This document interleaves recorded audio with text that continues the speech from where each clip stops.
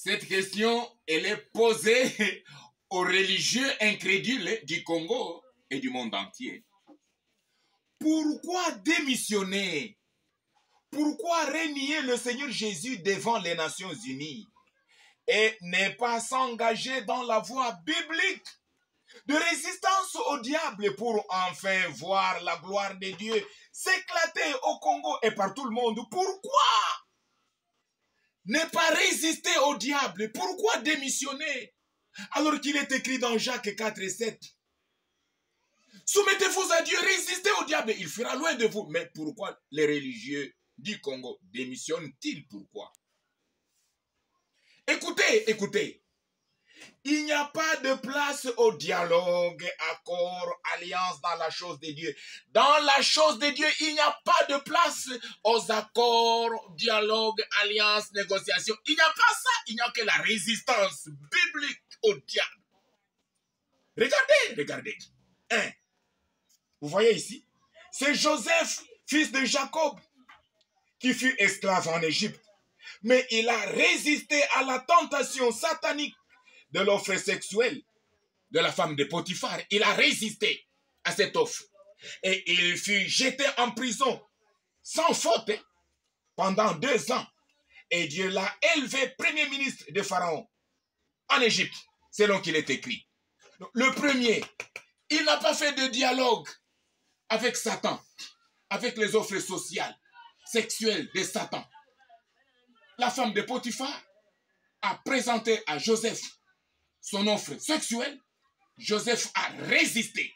Et pour avoir résisté, il a été jeté en prison pendant 2 ans sans faute. Mais Dieu a récompensé une persécution injuste de Joseph. Dieu l'a élevé en Égypte par la main de Pharaon. Il fut premier ministre. La chose de Dieu, ce n'est que la résistance. Regardez, regardez. Deuxième personne. C'est lui, Daniel à Babylone. Il a résisté au décret du culte des personnalités du roi. Il fut jeté dans la fosse au lion, sans faute. Et Dieu a fait éclater sa gloire enfin de la persécution injuste. À la fin de la persécution, Dieu a fait sortir, n'est-ce pas, Daniel dans la fosse au lion. Pourquoi? Parce que Daniel a résisté au décret satanique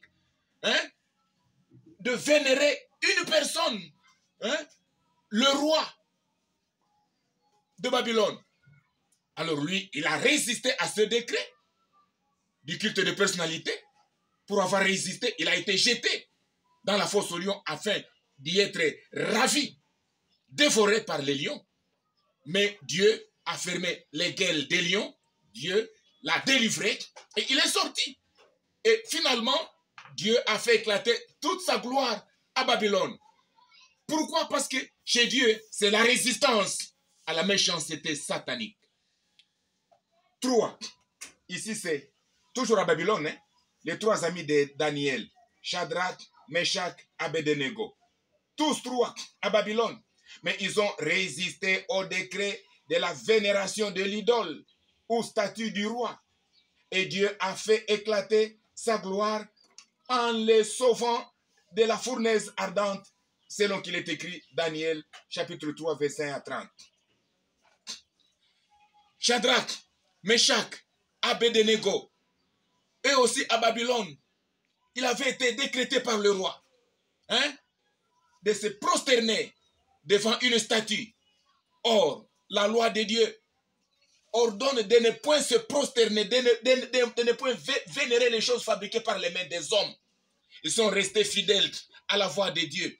Ils se sont rebellés au décret des hommes. Ils ont résisté au décret de Satan. Mais pour avoir résisté au décret de Satan, Shadrach, Meshach, Abednego, ils avaient été jetés dans la fournaise, ardemment chauffée. Et de là, Dieu les a délivrés de la fournaise. C'est ça. Donc chez Dieu, ce n'est que la résistance. Il n'y a pas de dialogue. Non. Regardez. Ici, c'est... Vous voyez celui-ci? C'est Jésus-Christ, Fils de Dieu. Mais il a résisté aux tentations, ou il a résisté aux traditions juives. Parce que chez les Juifs, avec leurs lois mosaïques, avec leurs traditions ancestrales, leurs coutumes. Jésus ne faisait que violer ces traditions, il ne faisait que résister à leurs traditions. Le jour où eux pensaient que c'était le sabbat, il ne faut pas attraper, mais Jésus guérissait, Jésus délivrait.